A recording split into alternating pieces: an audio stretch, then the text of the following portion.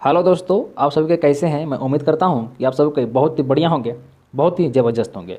दोस्तों, आज हम लोग सॉल्व करने वाले हैं झारखंड जेएसएससी सीजीएल का प्रैक्टिस सेट नंबर 7। दोस्तों, इससे पहले हम लोग ऑलरेडी 6 सेट को कवर कर चुके हैं। दोस्तों, इस प्रैक्टिस सेट में सिर्फ हम लोग कवर करने वाले हैं कंप्यूटर का ज्ञान को। आपको पता होगा कि झारखंड जैसे सीजीएल में टोटल कंप्यूटर से दोस्तों 20 प्रश्न पूछा जाता है। ठीक है, चलिए हम लोग जल्दी से आज की सेशन को शुरुआत करते हैं। देखिए, आज का जो पहला प्रश्न हो आपकी स्क्रीन पे प्रश्न है दोस्तों, निम्नलिखित में से किस डिवाइस का उपयोग फोन लाइन पर डिजिटल डेटा भेजने के लिए किया जाता है। फोन लाइन पर डिजिटल डेटा भेजने के लिए किया जाता है। तो इसका राइट आंसर दोस्तों मॉडेम। ऑप्शन नंबर जो है डी राइट आंसर हो जाएगा दोस्तों मॉडेम। मॉडेम का फुल फॉर्म होता है दोस्तों मॉड्यूलेटर, डी मॉड्यूलेटर। कभी कभी मॉडेम का फुल फॉर्म भी पूछता है, तो आपको याद करना है मॉड्यूलेटर, डी मॉड्यूलेटर। नेक्स्ट प्रश्न है, मल्टीमीडिया में सम्मिलित होता है। आपको पता होगा कि मल्टीमीडिया क्या होता है। ठीक है, मल्टीमीडिया में क्या क्या शामिल हो सकता है। तो याद रखना है ग्राफिक्स, एनिमेशन, वीडियो, म्यूजिक, आवाज़, यही सब तो होता है मल्टीमीडिया में। यानी ऑप्शन नंबर जो है बी वाला इस क्वेश्चन का राइट आंसर हो जाएगा। नेक्स्ट है अगला प्रश्न। प्रश्न पूछ रहा है कि मॉडेम परिवर्तित करता है।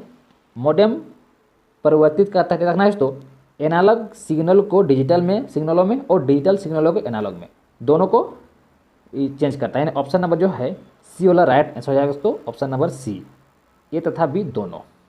आपको नाम से भी लगता होगा कि जो मॉडेम है इसका फुल फॉर्म क्या होता है, मॉड्यूलेटर, डी मॉड्यूलेटर। मॉड्यूल करेगा फिर डी मॉड्यूल कर देगा उसको, है ना। यानी एनालॉग को डिजिटल में बदलेगा फिर डिजिटल को एनालॉग में बदल देगा।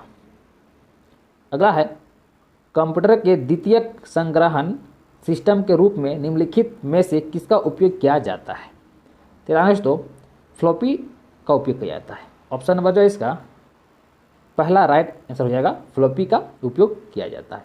दोस्तों, जो फ्लॉपी होता है ये एक अस्थाई मेमोरी होता है। ठीक है, ये एक अस्थाई मेमोरी होता है, अस्थाई मेमोरी ये होता है। ठीक है, अस्थाई मेमोरी और होते हैं जैसे कि आपका हो गया पेन ड्राइव, मेमोरी कार्ड, ये सब क्या है, सब अस्थाई मेमोरी है। नेक्स्ट आते हैं अगला प्रश्न पे।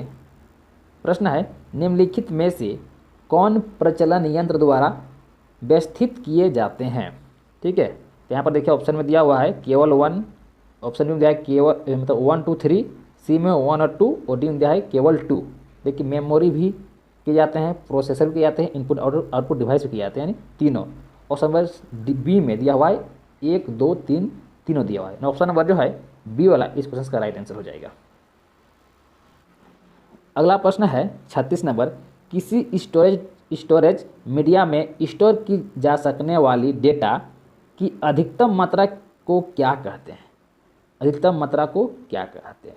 तो दोस्तों मैग्नेटिक स्टोरेज तो कहा नहीं जाता है, ऑप्टिकल स्टोरेज भी नहीं कहा जाता है, सॉलिड स्टोरेज भी नहीं कहा जाता है। दोस्तों इसे कहा जाता है स्टोरेज क्षमता। तो यहाँ पर कोई ऑप्शन दिया हुआ नहीं स्टोरेज क्षमता, इसलिए इनमें से कोई नहीं राइट आंसर हो जाएगा। ऑप्शन नंबर डी इस क्वेश्चन का राइट आंसर हो जाएगा। नेक्स्ट है हार्ड डिस्क को डिलीट की गई फाइलें डेस्क में भेजी जाती है। हार्ड डिस्क से जो भी हम डिलीट करते हैं वो जाके कहाँ पर सेव होता है, देखना है रिसाइकल बिन में। इसको लोग वापस भी दोबारा ला सकते हैं।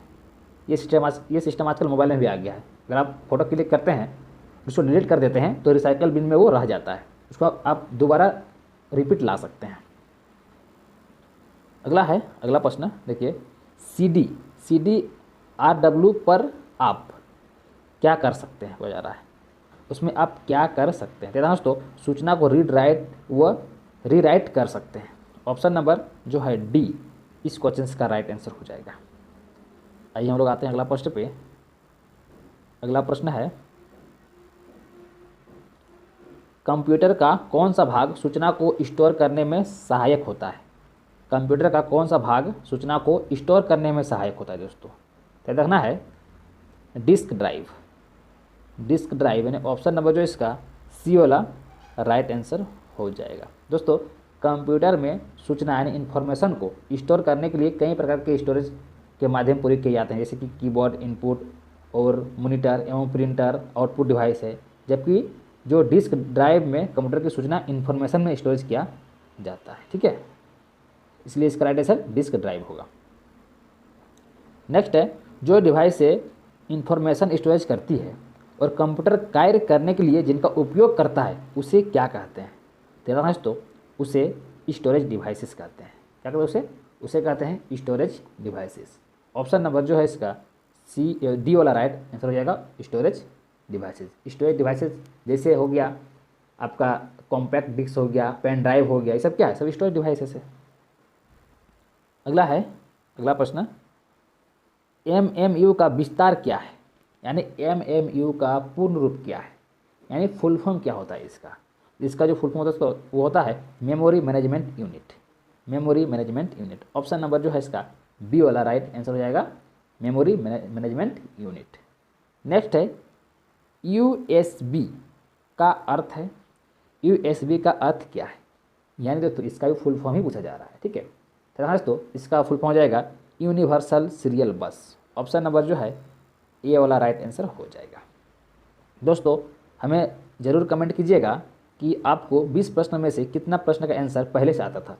अगर इस प्रकार का प्रश्न आपके एग्जाम में पूछा जाता है, ठीक है, तो आप कितना प्रश्न सॉल्व करके आएंगे? ज़रूर कमेंट कीजिएगा, ठीक है। अंत में ज़रूर कमेंट कर दीजिएगा।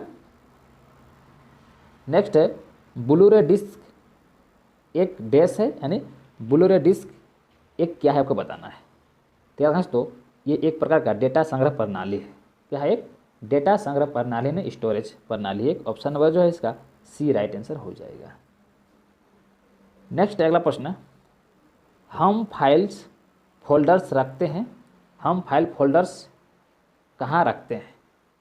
तो दोस्तों उसे रखा जाता है माई कंप्यूटर में। कहाँ रखा जाता है? माई कंप्यूटर में। ऑप्शन नंबर पहला राइट आंसर हो जाएगा। नेक्स्ट अगला प्रश्न, माउस को 2 बार क्लिक करने पर सूचना जाती है। माउस को 2 बार क्लिक करते हैं तो सूचना कहाँ जाती है? तो दोस्तों जो सूचना है वो CPU में जाती है, यानी ऑप्शन नंबर जो इसका सी राइट आंसर हो जाएगा। दोस्तों आप लोग कमेंट कीजिएगा कि CPU का फुल फॉर्म क्या होता है, आप लोग जरूर कमेंट कीजिएगा नीचे। अगला है, अगला प्रश्न है, कंप्यूटर की घड़ी की स्पीड की गणना डैश में की जाती है, यानी किस में किया जाता है? तो दोस्तों कंप्यूटर की घड़ी की स्पीड की गणना जो किया जाता है वो गीगाहर्ट्ज़ में किया जाता है, गीगाहर्ट्ज़। दोस्तों याद रखना है कि पहले इसे मेगाहर्ट्ज़ में मापा जाता था, ठीक है, मेगाहर्ट्ज़ में। परंतु अब उस श्रेणी के प्रोसेसर उपलब्ध होने के कारण इसे अब गीगाहर्ट्ज़ में मापा जाता है, ठीक है। इसका राइट आंसर क्या होगा? ऑप्शन नंबर डी वाला हो जाएगा। अगला है, ई कॉमर्स में ई निम्नलिखित में से किसके लिए आता है? ई निम्नलिखित में से किसके लिए आता है? तो दोस्तों जो ई है वो इलेक्ट्रॉनिक के लिए आता है। Option number D right answer हो जाएगा। अगला है, बैकअप क्या होता है? आप तो बहुत बार सुने होंगे बैकअप क्या होता है आपको बताना है। तो दोस्तों बैकअप जो होता है वो मूल स्रोत से एक अलग डेस्टिनेशन पर कॉपी करके डेटा प्रोटेक्ट करना, उसको क्या बोलते हैं? बैकअप। बैकअप हम रखे रहते हैं, अगर बाय मिस्टेक से वो उड़ जाता है, किसी कारण से डिलीट हो जाता है, तो लोग उसको बैकअप के लिए रखे होते हैं ताकि उसको हम दोबारा यूज कर सकें। अगला है, अगला प्रश्न, एक स्थानीय कंप्यूटर से सुदूर कंप्यूटर में डेटा प्रेषण को क्या कहा जाता है? डेटा प्रेषण को क्या कहा जाता है? तेरा दोस्तों उसे अपलोड कहा जाता है, ठीक है। उसे क्या कहा जाता है? अपलोड कहा जाता है। एक अस्थायी कंप्यूटर से सुदूर कंप्यूटर में डेटा प्रेषण को अपलोड कहा जाता है। नेक्स्ट और आखिरी प्रश्न है, निम्नलिखित में से कौन एक ओपन सोर्स सॉफ्टवेयर नहीं है? ओपन सोर्स सॉफ्टवेयर कौन नहीं है? तो यहाँ पर दोस्तों इंटरनेट एक्सप्लोरर जो दिख रहा है ये ओपन सोर्स सॉफ्टवेयर नहीं है, ठीक है। ये क्या है? ये क्लोज सोर्स सॉफ्टवेयर है, ये क्लोज है ना, क्लोज सोर्स